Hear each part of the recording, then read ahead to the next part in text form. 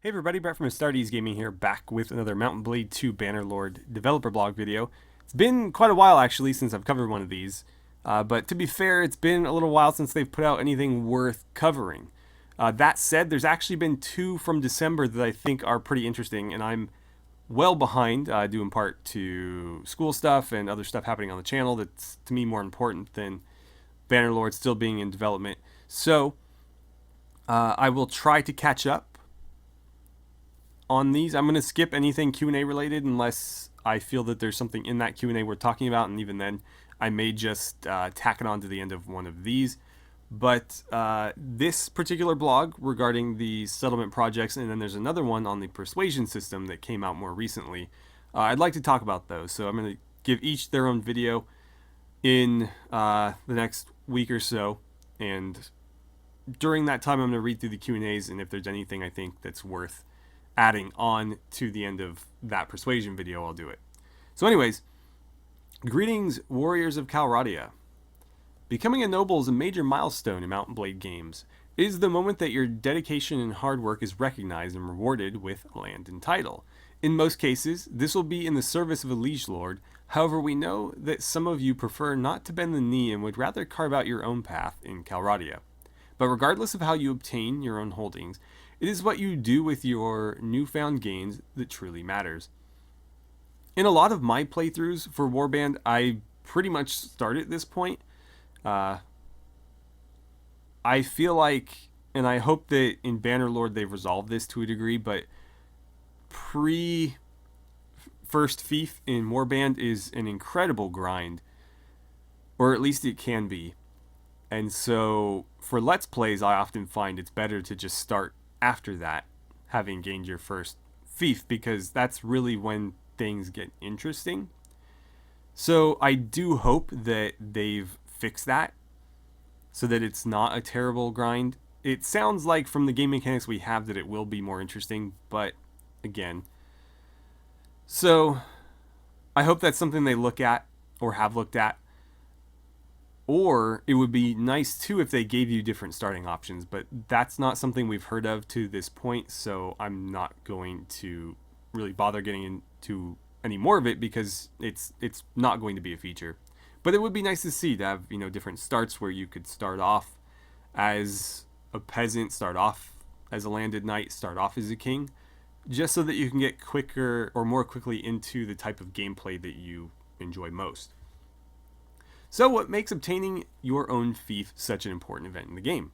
Well, settlements are very much at the core of Bannerlord's single-player campaign, and the majority of actions and events that take place in the sandbox revolve around them. They're the places where recruits are hired, wealth is built, and ultimately where what wars are fought over. But other than using them as a source of income, what can you actually do with your settlements? So here we get into the projects, and that's what this is all about. So settlement projects are a way for players to improve their fiefs in a number of different ways. We can separate these upgrades into two categories, military and civic. Now this was actually much more expansive before, and they had to tone it down because they were having issues with the AI in their engine in the original system. The original system, there was really no distinction between fiefs. Everything was basically just a village, and whether something was represented as a castle or a town just depended on the specific upgrades and how far along they've been upgraded. So any village could become a town or a castle. And unfortunately, they did away with that system and have gone back to the old one where villages are always going to be villages, castles are always going to be castles, towns always towns, which I think is a real shame. But that's the system we've got, so let's dive on in. So, military buildings, such as upgrades to the walls or the addition of a barrack, are all directly related to the settlement's ability to play an effective role in times of war. Upgraded walls make the settlement harder to assault, and a barrack enables the settlement to maintain a larger garrison to man those walls. Civic buildings are focused more on the production and economic capabilities of the settlement, with buildings such as a carpenter's hall, which helps to increase production in the settlement, or a vegetable garden that provides a steady supply of food. However, some civic buildings offer bonuses which you could consider to be more military focused. For example, a granary allows the settlement to store more food, which will help it to hold out longer during a siege. Settlement projects can be constructed in both castles and towns, with villages receiving bonuses from the castle or town they are connected to. With the massive increase in settlements that we have in Bannerlord, we felt that having to micromanage settlements all the way down to the village level would, over time, as your territory grows, become overbearing and tiresome to manage. So, again, depending on how you look at it, that is kind of unfortunate because generally your first fief is going to be a village, and so that means that you basically have nothing to do with your village until you get a castle, and then you just get rid of the village because there's nothing to do with your village. And I think that's actually kind of a shame. Again, going back to their new system that was proposed and they had to get rid of, I think that added an incredible amount to the game because it gave you incentive to take that first village you're given and really invest in it, to build it up and try to make that your stronghold. Whereas now we're back to, I would say, even worse than we were with Warband in that regard, because in Warband, the only reason you have villages as fiefs is because you don't have castles or towns yet. There is absolutely no reason to hold a village once you become a reasonably powerful lord, or as a king, you have absolutely no reason to hold on to villages. So I was hoping with Bannerlord we would see a move away from that and, give people a real reason to want to have these fiefs, but it looks like they've doubled down on the old way where now you can't even improve your villages, so you may as well just get rid of them. It's unfortunate, but again, that's the system we have. So moving forward, settlement projects require manpower for the construction phase. We use a formula that determines how much progress is made with the construction each day based on the population of the settlement. And for those with a large purse, you can draft in some additional manpower to help speed up the construction. Projects can be queued, meaning that you don't have to worry about losing time with production if you are preoccupied with other tasks when the current project is completed. And if you manage to complete all of the projects in a settlement or feel like you don't need certain ones, you can invest this manpower into daily projects, which will slowly develop different aspects of your settlement. The daily housing project, for example, will increase the population of the settlement by 1 each day. That just sounds like a lot of micromanagement to me, to be honest. I don't really care or want to have to manage population numbers necessarily. It's great that you can draft in manpower to help you build up construction, but if you look at it from a realistic standpoint, that's kind of what would have been happening no matter what anyway. Yes, smaller projects would be built by the villagers in that village, but if you're building, say, a new church, chances are you're going to be bringing in a lot of builders from outside, and that's just how it was going to be. So hopefully the cost to bring in that additional manpower isn't prohibitively expensive, because I think that's something that is going to be ultimately necessary a lot of the time, especially considering if you're working on these projects, your population is probably on the lower end because you're still building up that settlement. If your population is really, really high, you've probably had that settlement for a very long time and have built it up for a while, and therefore you don't necessarily need the extra manpower. We'll see. So projects can be queued. No, we already talked about that. Alright, so overall, we feel that settlement projects are a great way for players to tailor their fiefs to perform specific functions within the kingdom. Settlements deep within your territory might be better suited to producing food over bolstering your finances, whereas a castle bordering a hostile faction might be better suited to becoming a military stronghold from which to protect your lands and your strength. Ultimately, we think that they give the player more tactical choices in terms of gameplay and much greater control over, and hopefully a more engaging connection to, their fiefs than what we had in previous Mount Blade games. I'm going to have to agree and disagree here.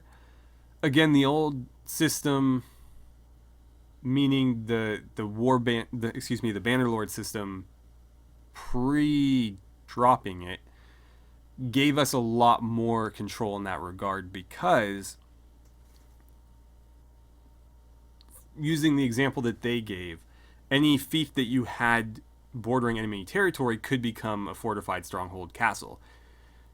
In the system we have now that closely mirrors the warband system, you're very limited in that regard, because towns will only ever be towns, castles will only ever be castles. So if you get a fief that is a village near enemy territory, then that fief is just worthless, because you can't really fortify it into a castle, because it's always going to be a village. So there's really no reason for it to exist. And so, unfortunately, this system is severely limited, but it does offer a little bit more control than Warband, I suppose, although in Warband you still had those upgrades. They were just sort of more generic. So there's more specificity, I guess, but I think greater control is kind of an illusion, because you only have as much control as where those fiefs are located on the map will allow you. And, of course, the type of fief that they are. So, governors. Our final point of discussion regarding settlements is the addition of a governor role. The governor role allows you to offload the burden of managing your fiefs to a trusted clan member. They will handle all aspects of managing the settlement, providing the fief with a small bonus in the process, leaving you to focus on crushing your enemies. This I do really like. It's something I always kind of wanted to do, and I would sometimes roleplay it in mods that would allow it, where I could put companions into garrisons. Sometimes I would leave one there as, basically them taking control of it. But I do think that's a nice addition. It says clan members, though, so it sounds like they're going to have to be family members and not necessarily just companions. We do know that there's a hard cap on the companions, so this is not a way that you could offload characters that you want to keep around, unfortunately. But it does sound like, for example, if you have a son, you could maybe put him in charge of this, and your other son comes with you as like a general, and you can kind of raise one as one and one as the other. So this I do really like. Again, I feel like the system they've gone with in terms of upgrades is very limited. I like the old system better, but I understand why they couldn't keep up with it. Although their excuse for why they couldn't was pretty pathetic. Basically, they were running into issues where I can't remember. I think if something got destroyed, like if it got razed, the game would revert it back to a village, and then it would go back to the castle's, like the owner castle's faction or whatever. Because for whatever reason, even though they were trying to make them independent fiefs, they still had them tied together in the same way. I don't know. It all sounded really stupid. Because if you were trying to make villages that can be upgraded to castles or towns, why are they still tied to other castles, like when they were permanently villages? I don't know. It didn't make any sense why they were trying to do it the way they were doing it, if they were going that direction, but obviously they couldn't make it work. It's a real shame, because it sounded pretty awesome, and the UI screenshots we have from that looked great. These, on the other hand, look very, very dull in comparison. But if this is going to let them get the game out faster, then by all means, do it. So, with that, we'll end it here. Again, I'm going to read up on the Q&As, see if there's anything in there worth talking about, and we'll have another developer blog video on the persuasion system fairly soon. Thank you guys for sticking around and talking about some Bannerlord with me. Let me know what you guys think in the comments below, and I will see you back here for the next one. Thank you so much for watching.